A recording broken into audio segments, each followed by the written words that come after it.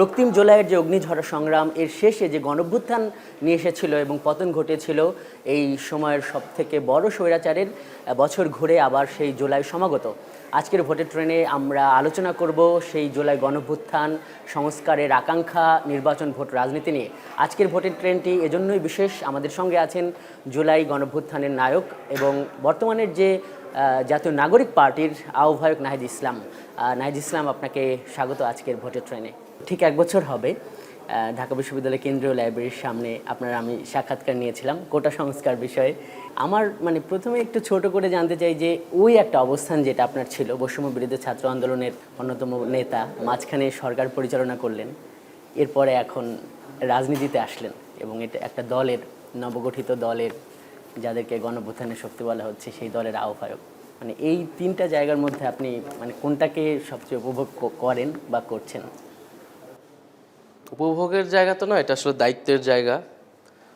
সেই জায়গা থেকে আসলে বৈষম্যবিরোধী ছাত্র আন্দোলন এবং সেই বিশ্ববিদ্যালয় জীবনে সেই যে আন্দোলন, গণঅভ্যুত্থান, ওই দায়িত্বটাই আসলে আমার জন্য সবচেয়ে স্মরণীয়, আমার জীবনের জন্য সবচেয়ে সেরা মুহূর্ত আসলে থাকবে। ছাত্র আন্দোলনের নেতৃত্ব হিসেবে যে আমরা একটা গণঅভ্যুত্থান সংগঠিত করতে পেরেছি বা নানাভাবে সেখানে আমরা ভূমিকা রাখার আমার সুযোগ হয়েছে।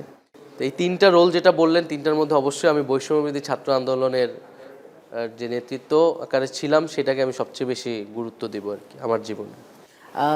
সেটা হলো যে আমরা যদি দেখি যে আপনাদের বৈষম্য বিরোধী ছাত্র আন্দোলনের বা আপনাদের যে রোলটা, সেটা বা আপনার একটা বড় স্বৈরাচার, আপনি বলছিলেন যে কুখ্যাত স্বৈরাচারের পতন ঘটাইলেন।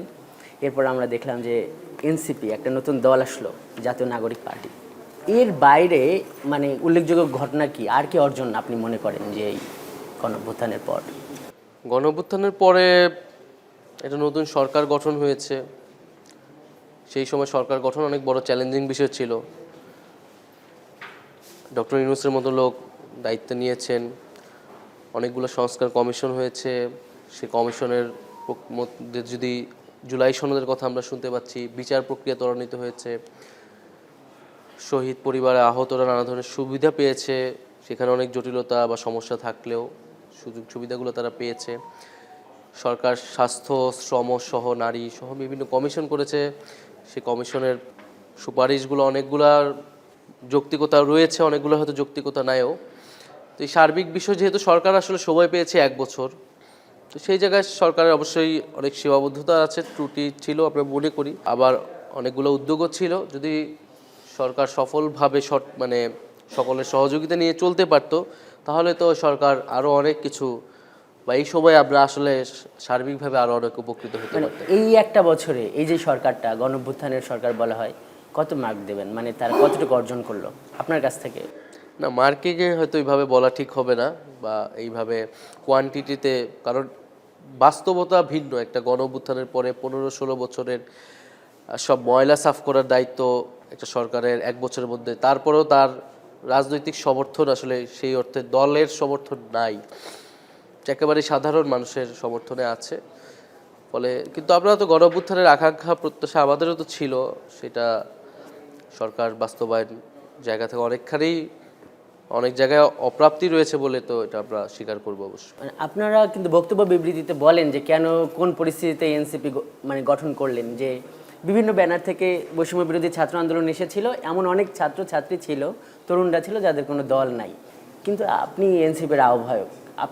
আপনি কি এটা জোর দিয়ে বলতে পারবেন যে আপনারা সবাইকে ধারণ করতে পেরেছেন? বিশেষ করে প্রাইভেট ইউনিভার্সিটি, আপনাদের এখান থেকে কেউ এক ধরনের ক্ষোভ নিয়ে বের হয়ে গেছে, সেই জায়গাকে আপনার মনে হয় না যে আপনাদের কিছুটা ব্যর্থতা আছে? বা না, আমরা মনে করি যে বৈষম্যবিরোধী ছাত্র আন্দোলন 5ই আগস্টের পরে পুনরায় সংগঠিত হয়েছে, সেখানে অনেকেই সুযোগ পেয়েছে।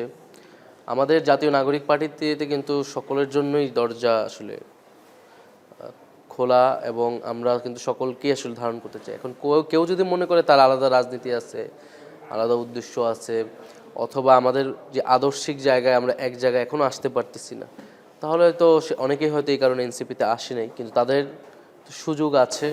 বেসরকারি বিশ্ববিদ্যালয় কিংবা জগন্নাথ বিশ্ববিদ্যালয়, দেখা গেল যে ঢাকা বিশ্ববিদ্যালয় কেন্দ্রিক অনেক একটা রাজনীতি, এরকম একটা অভিযোগ আছে, বক্তব্য বিবৃতিও পাওয়া গেছে। অভিযোগে দেখেন, আমরা তো আসলে নেতৃত্বের জায়গাটা ঢাকা বিশ্ববিদ্যালয়ে ছাত্র রাজনীতির জন্য যেহেতু খুব গুরুত্বপূর্ণ একটা জায়গা, গণ অভ্যুত্থান বলেন বা কোটা সংস্কার আন্দোলন শুরুটা এখান থেকে হয়েছে। অবশ্যই অন্য বিশ্ববিদ্যালয়, প্রাইভেট ইউনিভার্সিটি, মাদ্রাসা তাদের উল্লেখযোগ্য ভূমিকা আছে, এবং এই সব ইউনিভার্সিটির প্রতিনিধিত্ব কিন্তু আসলে এনসিপিতে আছে। এবং এনসিপি কিন্তু আসলে সম্পূর্ণভাবেই ছাত্রদের দল না, এখানে যে সবাই ছাত্র এরকম না। তা আমাদের যারা আন্দোলন করেছে তারা অনেকেই আসলে এখন ছাত্র, যাদের জাতীয় রাজনীতি করার আসলে হয়তো এখনও আসলে সেই সুযোগ হয়ে ওঠে নাই। এবং তারা গণঅভ্যুত্থানের পরে অনেক ছাত্র সংগঠন হয়েছে, সেই সংগঠনে তারা কিন্তু আছেন। ফলে জাতীয় রাজনীতি যদি করতে চায় সেই জায়গায় তো আমাদের দরজা খোলা আছে, আমরা তো তাদেরকে নিতে চাই। আর এনসিপি যদি বলে, এনসিপি কিন্তু খুবই বৈচিত্র্যপূর্ণ মানুষকে কিন্তু জড়ো করতে পেরেছে। আপনি দেখেন আমাদের দেশের বাইরে থেকে অক্সফোর্ড, ক্যামব্রিজে পড়া তরুণরা কিন্তু এখানে আছেন, তরুণরা চলে এসেছে, আমাদের বিভিন্ন আঞ্চলিক নেতৃত্ব রয়েছে।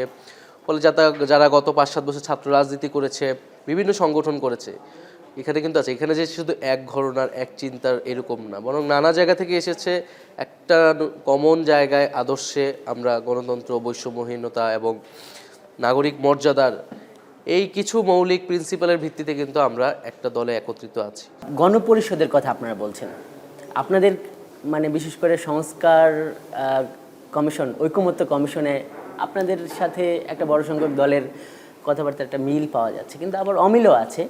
যেমন ধরেন যে কেউ গণভোট চাইছে, কেউ অর্ডিন্যান্সের মাধ্যমে সংস্কার, বা কেউ পার্লামেন্টের সংস্কারের কথা বলছে, সংবিধানের। আপনারা পুনর্লিখন এবং গণপরিষদের কথা বলছেন। মানে ছোট করে বলতে পারেন যে আসলে এটা কেন আপনারা চান? মানে গণপরিষদের কথা মনে হয় অন্য কেউ বলছে না, আপনারা বলছেন।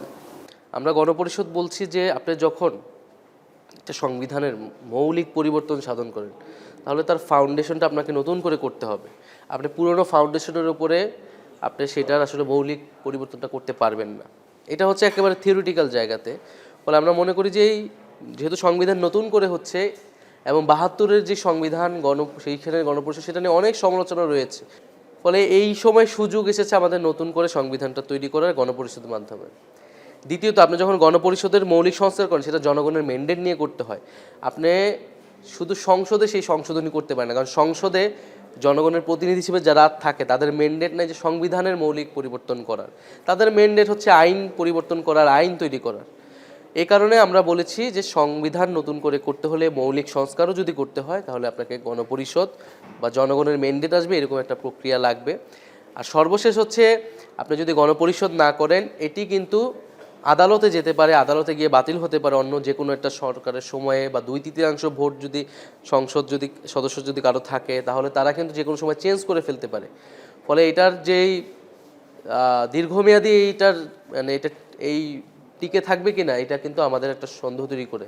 কারণ আমরা ইতিহাসে দেখেছি সংবিধান বিভিন্ন সময় পরিবর্তন করেছে, মূলনীতি পরিবর্তন, কিন্তু সেগুলো টিকে থাকেনি। নাহিদ ইসলাম, আপনি আমাদের সঙ্গেই থাকুন। দর্শক দেখছেন ভোটের ট্রেন, যাচ্ছে একটি বিরতিতে।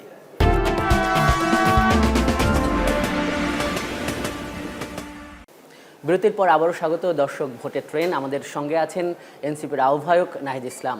বাস্তবতা হলো যে মৌলিক বিষয়গুলো তো ব্যাপক একটা অনৈক্য, মানে সেখানে আপনি ঐকমত্য কমিশনে বলেছেন যে আপনারা এমন হলে হয়তো সনদেই স্বাক্ষর করবেন না। তাহলে আসলে কি দাঁড়াচ্ছে? মানে সংকট, রাজনৈতিক সংকটটা তো থেকে যাচ্ছে। রাজনৈতিক সংকট যারা তৈরি করছে তাদেরকে প্রশ্ন করতে হবে, এই দায়িত্ব তো আমাদের না। যারা সংকট তৈরি করছে তাদেরকে দায়িত্ব, মানে এই প্রশ্ন করতে হবে, এবং জনগণের সামনে তাদেরকে এই উত্তরটা দিতে হবে। আমরা তো রাজনৈতিক সংকট এটা না যে দলগুলো একমত হইতে পারতেছে না। রাজনৈতিক সংকট তৈরি হবে যদি আপনি সংস্কার করতে না পারেন। আপনি তো যদি আরেকটা সরকার, নির্বাচিত সরকার আসে এবং সে ধরে একই ধরনের আচরণ করে, তাহলে আপনি এই গণ অভ্যুত্থানের মধ্যে দিয়ে তো আপনি কিছু অর্জন করলেন না। এবং যে রাজনৈতিক সংকটগুলো আমরা পূর্বে ছিল, সেই সংকটগুলো ভবিষ্যতেও দেখা যাবে। আপনি তার বিরুদ্ধে আবার 10 বছর ফাইট করবেন। ফলে রাজনৈতিক সংকট নিরসনের জন্যই কিন্তু সংস্কার। আপনাদের একজন দলের নেত্রী এভাবে লিখেছেন যে, মানে ওই যে ঐকমত্য কমিশন যেভাবে বলছিল যে সবার ঐকমত, তিনি লিখলেন যে না, সর্বাধিক বিষয়ে যারা একমত হবে সেইভাবে, আর সব বিষয়ে সবাই একমত হবে, এটাও তো একটা কঠিন ব্যাপার। আপনাদের কি মত? মানে এই জায়গা থেকে ঐকমত্য কমিশন সরে আসতে পারে, বা আপনারা কি চান? আমরা মনে করি যে আপনাকে ঐকমত্যটা হইতে হবে মানে যুক্তির ভিত্তিতে এবং দেশের কল্যাণ, গণঅভ্যুত্থানের স্পিরিট এর ভিত্তিতে। উদ্দেশ্যটা যদি পরিষ্কার থাকে, আমরা সংস্কার কেন করতেছি, ঐকমত্যর জায়গায় কেন বসছি, যে একটা গণঅভ্যুত্থানের মধ্যে ফ্যাসিবাদী সরকারের পতন ঘটছে, কিন্তু রাষ্ট্রের নানা আইন কানুন নানা ধারায় আসলে ফ্যাসিবাদী প্রবণতাগুলো আছে, ফলে সেগুলো আপনি সংস্কার করবেন। আপনি নির্বাচন কমিশনের নিরপেক্ষ দিতে হবে কি হবে না, আপনাকে তো এটা পরিষ্কার করতে হবে। অবশ্যই নিরপেক্ষভাবে দিতে হবে, তার প্রক্রিয়াটা কি হবে। হ্যাঁ, ঐক্যমত্য কমিশনের প্রক্রিয়া আপনার পছন্দ না হলে আসেন, আমরা আলোচনা করি নতুন একটা প্রক্রিয়া, কিন্তু অবশ্যই নির্বাচন কমিশনার দুদক আপনাকে নিরপেক্ষ দিতে হবে। অবশ্যই আপনাকে বিচারপতি যিনি যাবেন, প্রধান বিচারপতি, তাকে নিরপেক্ষ হইতে হবে। না, এই আলোচনা তো বেশ হয়েছে, আপনিও ছিলেন, আপনার এখন যে কোনো দল যদি এটা গায়ের জোরে বা তার রাজপথের বেশি শক্তির জোরে যদি মনে করে যে সে রাজি হবে না এবং এই জন্য সব কিছু থেমে থাকবে, আমরা তো এটা মনে করি না। আমরা মনে করি যে আমরা যখন সরকার এটা বলেছিল সবার মিলতে, আমরা এটা বিরোধিতা করেছিলাম। আমরা বলেছিলাম যে সরকারের নিজের থেকে এই সংস্কারগুলো করা উচিত। কে মানলো না মানলো এর থেকে গুরুত্বপূর্ণ হচ্ছে এটা যৌক্তিক, এটা দেশের কল্যাণ আনবে, এটা গণঅভ্যুত্থানের স্পিডের সাথে সম্পর্কিত, সরকার এটা দায়িত্ব নিয়ে করবে। সরকারকে অবশ্যই সেই অথরিটিটা সরকারের থাকা উচিত ছিল, কিন্তু সরকার সব কিছু আসলে রাজনৈতিক দলগুলোর টেবিলে দিয়ে দিয়েছে। যে সরকার হয়তো ভেবেছে এটা জনগণের সামনে প্রকাশ হবে কোন দল চাচ্ছে বা কোন দল চাচ্ছে না, সেটাও একটা কৌশল। তবে আমি মনে করি যে দলগুলোর কিন্তু মানে অবস্থান কিন্তু পরিবর্তন হচ্ছে, এমন যেন যে সবাই একই জায়গায় থেকে যাচ্ছে, যে প্রত্যেকে যার যার জায়গা থেকে পরিবর্তন হয়ে একটা জায়গায় আসার চেষ্টা কিন্তু আসলে আছে। যারা বিরোধিতা করছে, বেশি তো দল বিরোধিতা করছে না, তারা বলছে যে আপনাদের যে দাবি, অন্যান্য দলের যে দাবি, তারা তাদের দাবিগুলো নিয়ে জনগণের কাছে যাক, তাদের ইশতেহারে যোগ হোক, এরপর ভোটের মাধ্যমে ভোটের লড়াইয়ে সিদ্ধান্ত হবে যে এগুলো হবে কি হবে না। এটাকে কিভাবে দেখেন? মানে ভোটের লড়াই যদি সিদ্ধান্ত, তাহলে গণ অভ্যুত্থানের দরকার ছিল কি? আপনি তো ভোটের মাধ্যমে সরকার পতন ঘটান নাই, ঘটাইছেন তো ইলেকশনের মাধ্যমে হয় নাই। আপনার পরিবর্তন হয়েছে গণ অভ্যুত্থানের মাধ্যমে, রাজপথে মানুষ নেমে এসে সরকারকে উৎখাত করছে এবং নতুন একটা সরকারের প্রেক্ষাপট তৈরি হয়েছে। আপনি আবার নির্বাচিত হয়ে সরকারে যেই যাক, আপনার সেই নিশ্চয়তা কি যে আপনি আগের মতো আচরণ মানে সেই একই আচরণ করবেন না, সেই শেখ হাসিনার মতো আচরণ যে হবে না, গুম খুন যে হবে না, আপনার নির্বাচন ব্যবস্থা যে নিরপেক্ষ থাকবে, আপনার তো সেই নিশ্চয়তাগুলো লাগবে আর কি। আমরা কেন সেই সুযোগ করে দেব যে সে আবার নির্বাচিত হয়, সে যদি না মানে তখন কি করা হবে? আর এটা তো 90-এর গণ অভ্যুত্থানের ইতিহাস যদি আমরা দেখি, 90-এর গণ অভ্যুত্থানের পরে তো এই প্রতারণা রাজনৈতিক দলগুলো করেছে বাংলাদেশের জনগণের সাথে। যে ত্রিদলীয় জোটের রূপরেখা, সেই রূপরেখা তো বাস্তবায়ন হয় নাই।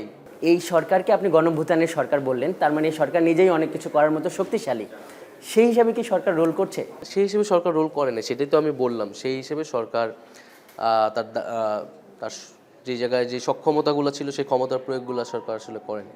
জুলাই ঘোষণাপত্র, এটা আপনারা গেল বছর দিতে চেয়েছিলেন, এটা আবার নতুন আরেকটা তারিখ ঘোষণা করলেন। আপনার কাছে কি মনে হয় যে এই ধরনের একটা পদক্ষেপ বা ঘোষণা দিয়ে আপনারা রাজনীতির মাঠে একটু একা হয়ে যাবেন কিনা? আবার রাজনীতির মাঠে একা ঢোকার বিষয়টা জনগণ বিবেচনা করবে, জনগণের পক্ষে, অভ্যুত্থানের পক্ষে কারা এখনো কথা বলছে। ঘোষণাপত্র নিয়ে তো আর কেউ কোনো কথা বলছে না। এখন কেউ যদি না বলে তাহলে তো আমরা বসে থাকবো না, একা হলেও তো আমাদের লড়াইটা চলতে হবে, মানে চালাইতে হবে। দেখা গেল যে আপনাদের কয়েকজন নেতা যে ইসলামী দলগুলোর যে একটা সমাবেশ ওইখানে যোগ দিল, একটা গুঞ্জন হচ্ছে যে তাহলে বিএনপি বিরোধী একটা জোট বা এই ইসলামী দলগুলোর সাথে এনসিপির ঐক্য হচ্ছে কিনা, কি হচ্ছে আসলে? আমরা কোনো দলের বিরুদ্ধে বা পক্ষের বিষয় না, আমাদের সাথে যাদের মানে নীতিগত জায়গায় মিল হচ্ছে আসলে, যে সংস্কার বা ইত্যাদি বিষয়ে, তাদের সাথে অবশ্যই আমাদের সংযোগ, মানে আমাদের সম্পর্ক, যোগাযোগ আসলে রয়েছে।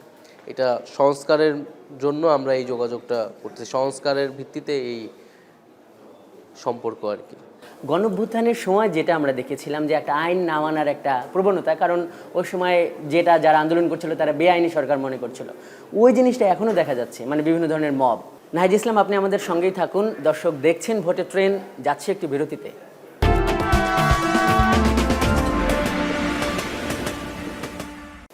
বিরতির পর আবারও স্বাগত দর্শক, ভোটের ট্রেন। আমাদের সঙ্গে আছেন এনসিপির আহ্বায়ক নাহিদ ইসলাম। নাহিদ ইসলাম, আপনার কাছে যে প্রশ্নটি রেখে গিয়েছিলাম, গণঅভ্যুত্থানের পরে পুলিশি ব্যবস্থাটা আবার সক্রিয় করা যায়নি, আইন শৃঙ্খলা পরিস্থিতি এবং যাদেরকে মব বলা হচ্ছে, আমি আসলে এই শব্দটার সাথে খুব একমত না আর কি।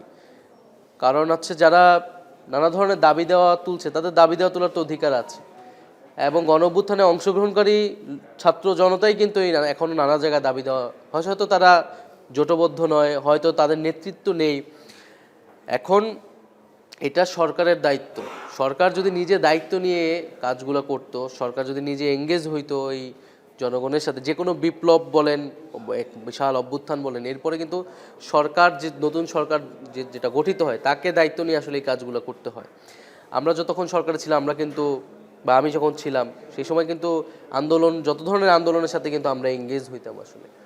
ফলে আসলে এটা মব বলার থেকে যেই জনগণ আসলে নানা ধরনের দাবি দেওয়া, তাদের দাবি দেওয়াগুলোর সাথে এঙ্গেজ হইতে হবে রাজনৈতিকভাবে। তাদের দাবি দেওয়ার মধ্যে ভুল থাকলে সেটাও তাদেরকে পরিষ্কারভাবে বলতে হবে আর কি। এছাড়া আপনি আর আইন শৃঙ্খলা ব্যবস্থার উন্নতি করতে হবে। শেষ দিকে আছে একদম, সেটা হলো যে নির্বাচন কমিশনের প্রতি আপনারা আপত্তি জানিয়েছেন। আপনাদের একজন নেতা আমাকে এটাও বলছে যে নির্বাচনে যাব কি না এই পরিস্থিতিতে চলতে থাকলে। তো এরকম কি ব্যাপার আছে যে এই সংস্কার বা নানান কিছুতে যা চলছে সেখানে যদি এনসিপি কিংবা আপনারা যেটা বলছেন জাতীয় আকাঙ্ক্ষা পূরণ যদি না হয় আপনারা নির্বাচনে নাও যেতে পারেন, এরকম কোনো ব্যাপার? অবশ্যই যদি কোনো ধরনের পরিবর্তন না হয় তাহলে তো আমরা কেবল একটা নির্বাচন, কেবল একটা ক্ষমতার পটে পরিবর্তন, আমরা তো গণঅভ্যুত্থানকে এভাবে দেখি না। এখন সেই নির্বাচনে তো অবশ্যই অংশগ্রহণ করার প্রশ্ন আসে না, থাকবে না আর কি। তবে প্রত্যাশা থাকবে সেই ধরনের ঘটনা না ঘটুক আর কি। লাস্ট প্রশ্ন, সেটা হলো যে জগন্নাথ বিশ্ববিদ্যালয় কবি নজরুল পুরান ঢাকার অনেকে যারা আন্দোলন করেছে তাদেরকে আপনারা কীভাবে মূল্যায়ন করেন? তারা মনে করে যে পুরান ঢাকার যে ঘুপচি বা অলিগলি সেখানে আলো যেমন কম পৌঁছায়, এই গণঅভ্যুত্থানের ক্রেডিট নিয়ে তো অনেকভাবে একটু টানা হেঁচড়া করেছে যে তাদেরকে আপনারা পরবর্তীতে নানানভাবে গুরুত্ব দেননি কিংবা তাদের অবদানকে স্বীকার করেননি। না, এরকমটা আমার কাছে মনে হয় না সত্য। আসলে যেটা হয়েছে, যেহেতু গণ অভ্যুত্থান আসলে আমরা তো পূর্ব থেকে পরিচিত ছিলাম না, সারা বাংলাদেশে আসলে ছাত্ররা আন্দোলন করেছে, অংশগ্রহণ করেছে, অনেক আত্মত্যাগ করেছে। এবং 5ই আগস্টের পরে এত প্রেক্ষাপট যেভাবে পরিবর্তন হয়েছে, সরকারে থাকা আমাদের, তো সেই জায়গায় আসলে সবার সাথে সেই যোগাযোগ স্থাপন করা সম্ভব হয়নি। আমাদের তো কোনো সাংগঠনিক কাঠামো আসলে ছিল না। এবং পুরান ঢাকায় কিন্তু আমাদের এনসিপির কার্যক্রম চলমান আছে। জগন্নাথ বিশ্ববিদ্যালয়ের কথা বললেন, আমি সরকারে থাকা অবস্থায় কিন্তু জগন্নাথ বিশ্ববিদ্যালয়ের দাবি দেওয়ার সাথে আমি এঙ্গেজ হয়েছি।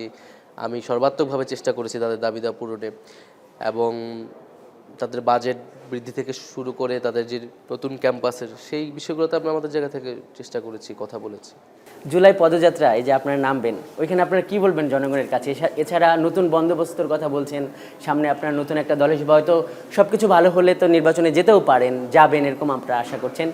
কি বলবেন জনগণের কাছে? আপনাদের মূল বার্তা ছোট করে যদি বলেন যে তাদের কাছে আপনারা কি বলতে চান? যে দেশ গড়তে জুলাই পদযাত্রা, অর্থাৎ আমরা একটা বিপ্লবের মাধ্যমে, অভ্যুত্থানের মাধ্যমে ফ্যাসিবাদী সরকারের পতন ঘটিয়েছি, ব্যবস্থার বিলোপ ঘটাতে চেয়েছি, কিন্তু আমরা গড়তে পারি নাই দেশ। একটা অভ্যুত্থানের পরে, রক্তপাতের পরে আসলে দেশ নতুন করে গড়ে তুলতে হয়, পুনর্গঠন করতে হয়। সেই পুনর্গঠনের ডাকটা আমরা দিচ্ছি, যে আমরা যাতে পুরনো জায়গায় আবার ফিরে না যাই, সবাই একটা গণ অভ্যুত্থানের পরে একটা নতুন সমাজ, নতুন মানুষ আসলে তৈরি হয়। ফলে সেই আহ্বানটাই আমরা জানাচ্ছি। আর আমরা যত না বলবো তার থেকে বেশি আসলে শুনতে যাব মানুষের কাছে, মানুষের কথা, এবং সেই মানুষের আকাঙ্ক্ষার ভিত্তিতে আমরা আসলে আমাদের ইশতেহার, আমাদের ঘোষণাপত্র তৈরি করতে চাই। নাহিদ ইসলাম, অনেক ধন্যবাদ আজকের সাক্ষাৎকারের জন্য, আমাদেরকে সময় দেওয়ার জন্য। এই ছিল আজকের ভোটের ট্রেনে। দর্শক এতক্ষণ সঙ্গে থাকার জন্য ধন্যবাদ।